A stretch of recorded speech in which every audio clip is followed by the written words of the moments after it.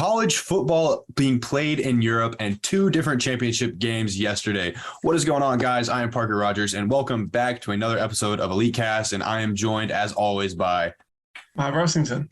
All right, guys, let's jump right into it. First order of business today, kind of talking about week 0 of college football. The first game that was, I think, one of the first games ever that's been played in Europe. It was played in Ireland. It was Northwestern, a team from the city of Chicago against Nebraska. They just went over to Ireland. I think it was planned last year. Go over to Ireland, play their first game in Ireland in one of the soccer stadiums. Actually, it was a really good game. It turned out to be really good. Nebraska was up for a very long time, and then a couple poor choices. They kicked an onside kick to Northwestern while they were up. Northwestern ended up coming and scoring the game-winning touchdown, and on the very last drive, Nebraska threw an interception, sealed the game. It was very exciting, very riveting. But I think in that there's a different sort of aspect that needs to be talked about. American football is coming to Europe, and a lot of different aspects. Matt and I have talked previously about the NFL coming to Europe, playing games in London and in Germany. But now there's this new aspect of younger guys coming over to Europe and playing high-level Division I, Power 5 college football in Europe, getting exposure for the game, getting people hyped and excited for the game, inspiring the next generation of young talent in Europe. And I think that's actually really, really exciting. Because hopefully in the future we'll see more and more games being played in Europe. Matt and I previously had discussed maybe a game in London. I think that would make the most sense, a more known and populated area to get a lot more people interested in the game of football and kind of see like what this whole college football thing is. Matt, if you just want to kind of touch on what you think this means for the game of football in Europe. Yeah, I mean, I think it's great. I think the more eyes, the better, as we've said loads of times in this on the podcast. I would have liked to see maybe a bit more promotion because I didn't really know it was happening until it was. I mean, I would have loved to go out to Ireland and see. I know a couple of people did, but I mean, having teams like Notre Dame, if they went over to Ireland, that'd be really, really interesting. That'd be quite fun, obviously, the Fighting Irish. And having like teams with links back to Europe would be really, really fun to go watch, especially for European fans. I know college football isn't necessarily as big as the NFL because the NFL is more like promoted with the NFL coming to Europe quite often. But college football's growing year by year. We're getting more athletes in to college football year by year. So say like, for example, Darren Agu of Vanderbilt comes to London. That'd be a great game to go watch. It's like a lot of UK support. Or like Klein at Michigan goes to Germany. Again, same thing. You can really build a fan base in these European countries if you're having European athletes that come and represent you. And a lot of teams have that nowadays. Like we just mentioned off two, but there's obviously loads. Alabama have recruited from Europe. Florida have recruited from Europe. Temple just got Peter. So, yeah, there's definitely interest for it. And I think the more games in the more places, the more exposure, then it's a win for everyone, in my opinion. Yeah, I think it's really good. I think there is potential for more games to be played here, and with that, maybe people will start scouting in Europe a little bit more. That's the hope. And as we talked about previously, with more European athletes getting funneled into high-level Division I football programs in America, like people are going to start scouting. Oh, let's go take a look at this team, or let's go take a look at this team over in Europe, this team over in Germany. So it's really good. While we're talking about college football, week 1 officially started this weekend. A lot of games were played from Thursday to Saturday, and we had a couple guys who play in college, some who didn't play, some who did play. So we're just going to kind of quickly go over that. First one, big name, Hero Kanu. He did not play. I'm thinking this year he's going to take a redshirt year just so he can learn the game a little bit more, grow, develop at Ohio State. And then next year we might see him explode onto the scene. Next, we had, as Matt mentioned, Darren Agu, who plays at Vanderbilt. He's played 2 games already. And I think, Matt, what'd you say? He had how many tackles against Hawaii? You got 2 tackles on Hawaii and then a sack against Elon in the second week, or week 1. This week. Counting. Yeah. Yeah. So already making an impact. He's a freshman from the NFL Academy. Robin Gap High School. Yeah. So he was, so Darren's had a bit of an unconventional one. He went from London, and then he went to NFLA, and then he went to Reuben Gap, and then he went Vanderbilt. Yeah. So he's been to a couple of teams can claim rights on Darren Agnew a little bit. Yeah, so he's from all over. He's already making an impact as a true freshman. Trying to think if we had anybody else. Alexander Honig from Germany. He is now a tight end at TCU. Not too sure if he played. I can actually. He looks ginormous.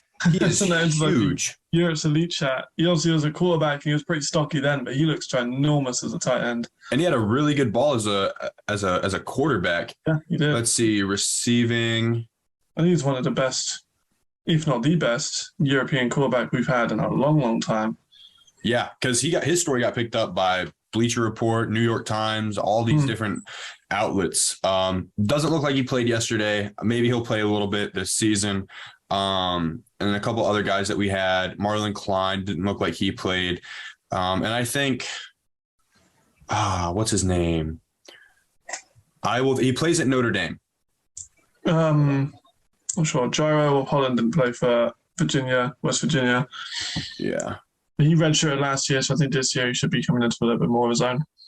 Yeah, he's probably going to play a little bit more. Yeah, he played linebacker. He originally was a safety, and they changed him into linebacker. So I'm not sure if they're going to try and play him at the nickel or outside linebacker. But yeah, he's a good athlete, so I wouldn't be surprised if he doesn't see the field this year. Yeah. Alex, what's his name? Alex Ahrensberger. I don't think he played yesterday, but he has been playing. I know he played last year, got some good minutes in last year, saw some good flashes for him. And then we have a couple other guys. People are balling out. We're making a statement, and we're going to continue to make statements. Like we've said, we're going to see the growth of college football, and we're going to see the growth of European athletes in college football. So I hope that helps for any of the young guys listening. Like, stay motivated, stay working. It's going to pan out, and you're going to get your opportunity sooner or later. And with that being said, guys getting their opportunities, that moves us into our next thing to talk about. Very exciting weekend for football in Europe. We had 2 championship games played yesterday. We had the GFL-J championship game against the Berlin Adler and Dusseldorf Panther. And then we also had the U19 Blitz Bowl. That was, who played? The London Blitz and... Yeah, the Brit Bowl. That is basically the Blitz Bowl. They own that thing. It's London Blitz versus Tamworth Phoenix. Blitz are defending champions coming back a few years because of COVID. So it wasn't one on the COVID year, obviously. And then in 2021, they did like a weird tournament thing, and there wasn't really a national champion named. And then Phoenix first ever won. They have a very successful men's team. They've won a championship at men's level before, but first ever time in the final in under 19 level. And I was lucky enough to go there and witness it myself. It was a good game. Good practice for me scouting too. Got out to see some players. But yeah, it was in New River Stadium, which has a pretty good capacity. So there's definitely a couple hundred people there. They had the Vuvuzelas. I'm not sure if you remember from the 2010 World Cup in South Africa. Do you remember those like long? They had those. Yeah. Pretty sick. And Blitz came out quite comfortably, 46-0. Which was early and often they were scoring. And the quarterback, Harley, he did really, really well. Receivers like Jacob ordered a couple as well. The running back, 15, blanking on name at the moment, but he did outstanding. They had a carousel at running backs, to be fair. And every time they stopped one for like a loss of 2, then they bring in the next guy and he'd get like 10. But yeah, defense played really well. They got Rio from the NFL Academy, who was really, really good. Obviously, he's with the NFL Academy. They don't have massive promotion for all of their players. So Rio is one of the people that I think should have had more because he was excellent in that final. We got pick 6 from linebacker, jumped to flat route, perfect to the house, untouched, easy as you could like.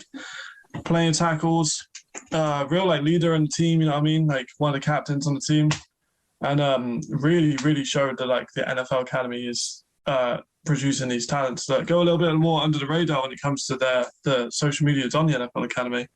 But then when you see them in game, it's really like you can really clearly see the difference in ability. Felt bad for Phoenix. They had quite a lot of injuries at the end of like the second half and start of the third quarter. Quite a few of them. I think I counted like 6 or 7 in the space of like a couple of drives. Like last play of the game, first half, sorry. last play of the first half, injury, kickoff on the second half, injury. First drive, that was another injury. So, like, yeah, they just ran out of depth. I think obviously naturally when you go 46 down, you're going to be a little bit more, solemn about it. Now the backups in after a while, so did Blitz, but it was a really entertaining game. Loved being there. Bath actually allowed me to go there as a media member as well, so I could go wherever I wished, within reason. But yeah, it was a really good game. Really enjoyed myself. Thoroughly enjoyed it. And then there was an upset in the bench bowl as well, or the contact bowl, I should say. And Titans came out on that one over the Warriors, which is some people saying the end of the Warriors dynasty. I'm not personally agreeing with it, but that might be a topic for another video, I think. A little bit of controversy starting to spike up again. We have had our fair share of controversy on the podcast. And then the next game, very exciting. It was the GFL-J Championship. We had Dusseldorf Panther against the Berlin Adler. A little bit different than last year. I was actually hoping to see Cologne back in the championship after their dominant performance last year against Firsty. Obviously, it didn't happen. I'm not too sure on the entire bracket. I can actually pull up the bracket and see where they fell this year. Yeah, Cologne are always my kind of go-to when it comes to it, just because the amount of players they produce on a regular. Like, they're brewing the running backs insane. Yeah, it looks like the Razorbacks lost to the Unicorns, who the Unicorns are a very storied team in Germany. Actually, they just came out with a documentary on the Schwabisch Hall Unicorns. Highly recommend checking that out. It's a great documentary if you have the time and ability to watch it. Lost to the Cowboys. The Razorbacks lost to the Cowboys, and they also lost to the Unicorns. Beat the Scorpions. Wow, I'm just seeing this score. The Dusseldorf Panthers beat the Falcons 93-0. I remember that. That was back in June. Holy cow. That is. Yeah, I remember that scoreline. Because it rivaled one of the UK ones. Well, like, I think Manchester beat someone like 82-0 or something like that a while back. That's wow. That's crazy. Okay, here's the actual. Fix my light here. The actual bracket. First round. Dusseldorf beat the Huskies, and then on the other side of that, the Unicorns beat the Phantoms. Okay, Cologne came out strong and beat the Sentinels. Good game there, and the Adler beat the Cowboys. And then in surprising fashion, the Adler beat the Crocodiles by 14 points, 35-21. That's actually very surprising to me. I would think just with the talent and size that they have on their defense, they would definitely come out a little stronger and not give up 35 points, but I guess to each his own. And then lines are huge. Yeah, they're both lines are huge. Running back is really good, and they have some really good receivers. So that's a bit of a surprise to me. Obviously, I didn't get the chance to watch it. But yeah, and then on the other side, Dusseldorf and the Unicorns, 26-20 in a close game. And then obviously the outcome that everybody's been waiting to hear, Dusseldorf, Berlin, Dusseldorf won 23-6. Very good game, very strong. I didn't get to watch all of it. That's the kind of the downside of being over here in America and having like my job in Europe. The time difference is a little bit difficult to juggle with. But from what I did see, it was a really good game.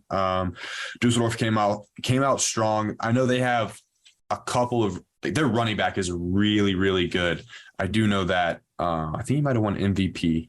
Oh, really? I know Davis Hill was really tight going into halftime as well, and then they just pulled away towards the end of it. Yeah, so that obviously it was a great game. Who was I see here? I have the MVP for the GFL-J game. Right. The MVP of the Brit Bowl was Rio. The MVP actually was on the Berlin Adler. Oh, really? Yeah. So that's pretty interesting. That's a bit different. Usually that's not the conventional. So, yeah, that's very interesting. Yeah, very different. Didn't see that coming. No, for sure. So Yeah, it's a pretty packed week of football. It's kind of sad though the way that the European leagues are ending and then the college football leagues are starting up. So it gives people an opportunity. They've obviously like got into football this year after mhm. COVID, but wanted to get more involved, joined the team this year. Now you finish your season, you can go and watch college football or pro football because then Yeah, NFL is around the corner. Obviously, Caleb was at one of the scouting games, so he's been obviously with the Panthers, so he's been doing well. And yeah, it gives a lot of people an opportunity to see how the Americans play, especially them playing in Ireland, which yeah, is so close to us. Well, me. yeah. Oh, it's very close for me being in America, the top of Mm. America in Chicago. So it's a couple minute drive away from me. Yeah. I'm not sure. Was it in Dublin? Was it in Dublin? Let me look. I think it might be the O2. It's a big stadium, but I know someone I know called AJ. I think he went. He said it was good, but yeah, I would like to see more of them. And we maybe do another tier list of college football games and where to put them. That would be a fun one to do. I know the tier list was good. It was in Ireland. Where in Ireland? Yeah, it was in Dublin. Aviva Stadium. Did it sell out? I'm not sure. I mean, I imagine I got a couple, but again, I didn't see it. I would have loved to have went. Yeah. But so because I don't I'm know if it. not that far away from Ireland. Yeah, you're right there. I don't know if it's sold out or not. But Mm. I did watch the game. It was pretty packed. There were a lot of fans there. Yeah, that's nice. Yeah. So the only like negative thing, and it may just be me, it may just be entirely me, but whenever I see games in Europe, I see like an array of like different team fans. It's like if it's a Dolphins Patriots game, Mhm. there's like loads of Texans fans, which is fine. Like you can go watch the game, but like just wear a Texans jersey, man, it just makes the crowd look really spotted and jagged. You know what I mean? That might just be me, but I mean, if there's a Texans fan anywhere, I'm questioning why they're wearing a Texans jersey. Personally, I can say that too. I'm from Houston.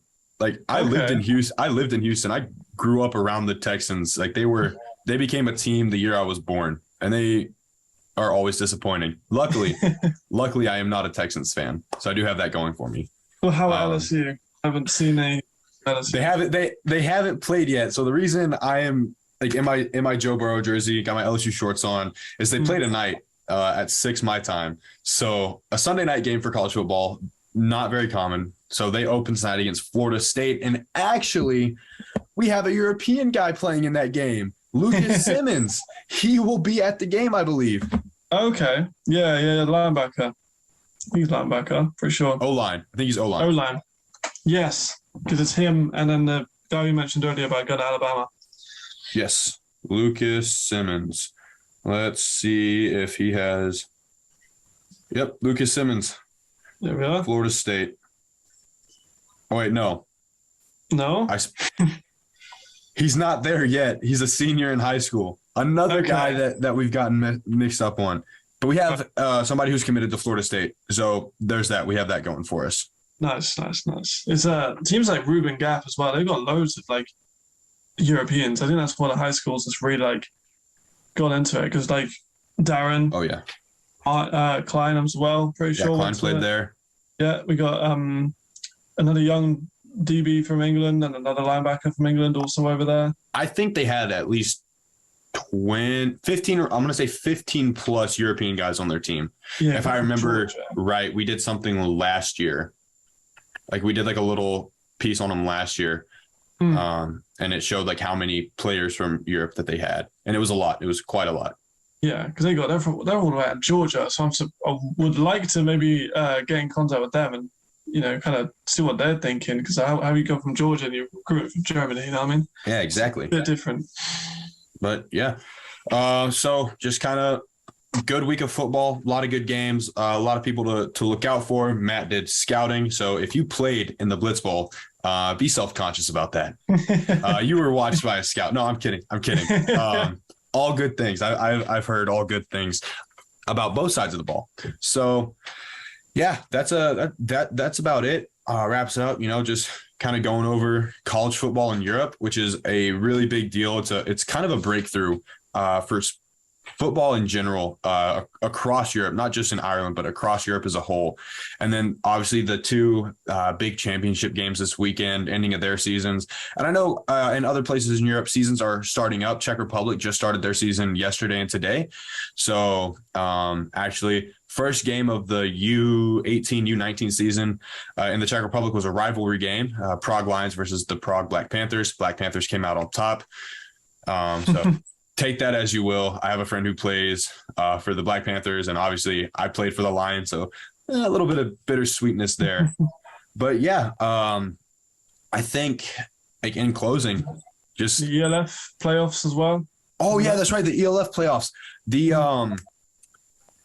The Raiders are very close to clinching their spot. They did lose to Frankfurt a week or so ago. Yes. But because Frankfurt only beat them by 3, the Raiders are still in the lead. Mm-hmm. So I am really hoping for the Raiders to get in. I think that would be big. First year team to get right into the playoffs. And then the Galaxy are out, I'm pretty sure. So reigning champions are out of the playoffs. I'm like 90% sure. That's big news. So like we're going to have a new champion, which is pretty cool. Obviously with the turnover in that league, we're bound to see like quite different rosters every year. But yeah, I think the more champions are better. Obviously no one wants to see like a team win 5 in a row or anything. So. Oh, the playoff picture is set as of an hour ago. Oh, in the first round, we have the Raiders playing the Sea Devils. Okay, I'm going to take Sea Devils on that one. I'll take the Raiders in that one. I got to support Tonga. Glenn Tonga. Glenn Tonga, he's a great player. He's an outstanding player. Oh, could be. And then on the other side, we have Barcelona Dragons versus the Vienna Vikings. I will take the Vienna Vikings on that because I want to see a all Austria championship. I think that would be amazing. That would be good. I'm going to take Barcelona just because you're not going for it. And the first round will be played next weekend, September 10th, and Sunday, September 11th. So next episode, we will see whose predictions were right. I am really, really hoping for an all-Austrian championship game. That would be really cool. That would be really cool, especially considering like you said, new team would be really cool to see that. That would be amazing. So definitely something to look forward to this next week. So get your popcorn ready. There's going to be some good games on. And yeah, that about wraps it up for today. Thank you guys for joining and listening in. And that's all we have for you today, guys. See you later. Bye-bye.